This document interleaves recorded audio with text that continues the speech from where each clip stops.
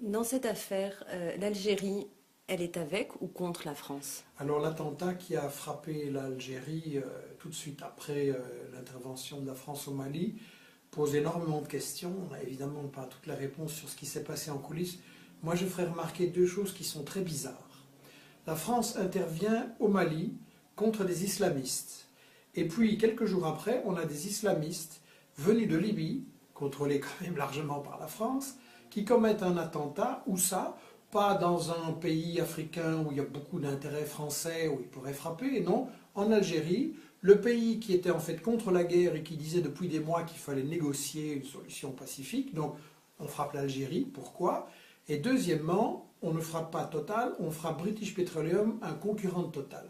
Je pense que au fil des temps, on apprendra beaucoup de choses sur les dessous de cette bizarre manipulation.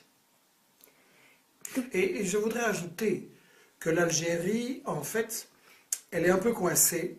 Elle ne peut pas s'opposer frontalement à la France, parce que vous savez, quand il y avait l'affaire libyenne, Sarkozy a dit à un de ses proches, après la Libye, ça sera la Syrie, et après la Syrie, ça sera l'Algérie.